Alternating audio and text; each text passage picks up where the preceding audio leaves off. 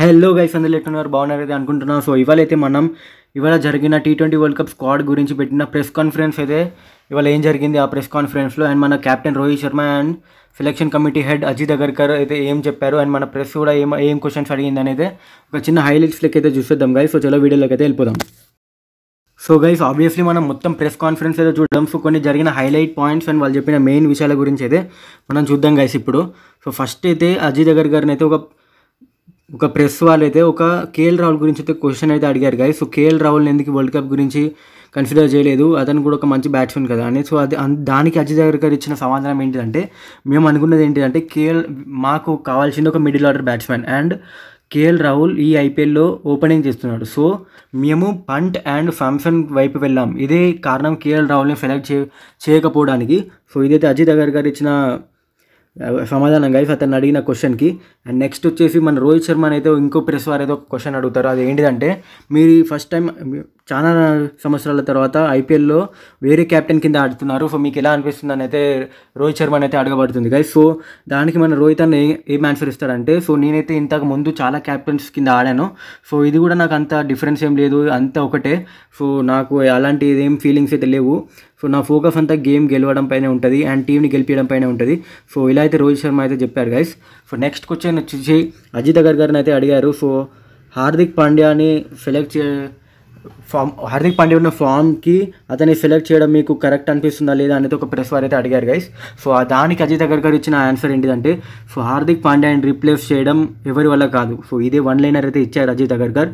So next question వచ్చేసి రోహిత్ శర్మని అయితే అడుగుతారు గైస్, ఎందుకు మీరు 4 స్పిన్నర్స్ ఏదైతే తీసుకెళ్తున్నారు వరల్డ్ కప్కి అని అయితే రోహిత్ శర్మని అయితే అడుగుతారు. దానికి రోహిత్ శర్మ సమాధానం ఏం చెప్తారంటే, సో ఇదైతే కంప్లీట్లీ నా డిసిజన్, సో నాకైతే 4 స్పిన్నర్స్ కావాలి. ఆ రీజన్ నేను ఇప్పుడు చెప్పాను, మీకు వెస్టిండీస్లో నేను చేస్తాను కదా ఒక ప్రెస్ కాన్ఫరెన్స్ మ్యాచ్కి ముందు, అందులో అయితే నేను మీకు చెప్తాను. సో అంతవరకు అయితే వెయిట్ చేయండి అని అయితే రోహిత్ శర్మ అయితే చెప్తారు ప్రెస్ వారికి. సో నెక్స్ట్ క్వశ్చన్ వచ్చేసి అజిత్ అగర్కర్ కానీ విరాట్ కోహ్లీ ఫామ్ పైన అయితే ఒక క్వశ్చన్ అయితే అడుగుతారు గైస్. సో దానికి అజిత్ అగర్కర్ ఇచ్చిన ఆన్సర్ ఏంటిదంటే, సో విరాట్ కోహ్లీ వచ్చేసి మాకు ఒక సర్టన్ ప్లేయర్, సో అతని ఫామ్ ఆర్ స్ట్రైక్ రేట్ గురించి అయితే మేము అసలు ఏం డిస్కస్ చేయట్లేదు, సో దాని గురించి అయితే మీరేం పట్టించుకోకండి అండ్ ఓవర్ థింక్ అయితే చేయకండి అని అయితే అజిత్ అగర్కర్ అయితే చెప్తాడు గైస్.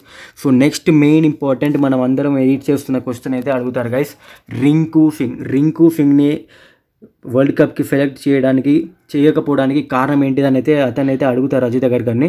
సో నేనైతే మీకు కంప్లీట్ ఇంగ్లీష్లో చెప్పినాక తెలుగులో అయితే ట్రాన్స్లేట్ చేస్తాను. Rinku Singh exclusion was the toughest decision. It got nothing to do with Rinku. We felt Rohit can have an extra spin option with 2 spinners. He is in the reserve, so that how close he was. So ఇక్కడ అజిత్ అగర్కర్ ఏం చెప్పారంటే, రింకు సింగ్ బయట ఉండడానికి రింకు సింగ్ తప్పేం కాదు, అది వచ్చి purely మన కాంబినేషన్ బేస్డ్. మాకేమనిపించిందంటే, ఇండియన్ టీంకి ఒక ఎక్స్ట్రా స్పిన్నర్ ఉంటే అది ఇండియన్ టీంకి అడ్వాంటేజ్ అని.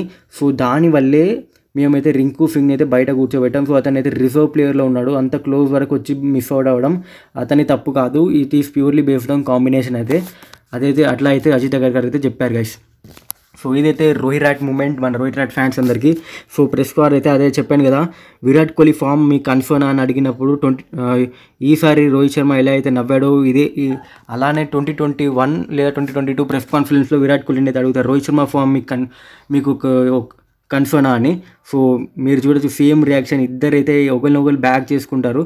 సో రోహిత్ మూమెంట్ ఇదైతే మనందరికీ. అండ్ నెక్స్ట్ వచ్చేసి ఇది ఒక ఫన్నీ క్వశ్చన్ అనేది చెప్పుకోవాలి. ఒక ప్రెస్ వారు అయితే ఏం అడుగుతారంటే, మన టీంలో ఒక రైట్ ఆర్మ్ ఆఫ్ స్పిన్నర్ అయితే తక్కువయ్యాడు, సో దాని గురించి మీరు ఏమనుకుంటున్నారు అయితే మన ప్రెస్ వారు అయితే అడుగుతారు మన చీఫ్ సెలెక్టర్ని అండ్ మన కెప్టెన్ రోహిత్ శర్మని. సో దానికి రోహిత్ శర్మ ఒక ఇమేజ్ లెక్క చూడండి, మీరు చేయలేపుతాడు నేనున్నా కదా ఆఫ్ స్పిన్నర్నే అని. సో ఇదేదో ఒక ఫన్నీ మూమెంట్ అనేది చెప్పుకోవాలి. సో ఇదే వాటి ప్రెస్ కాన్ఫరెన్స్ హైలైట్స్ గైస్.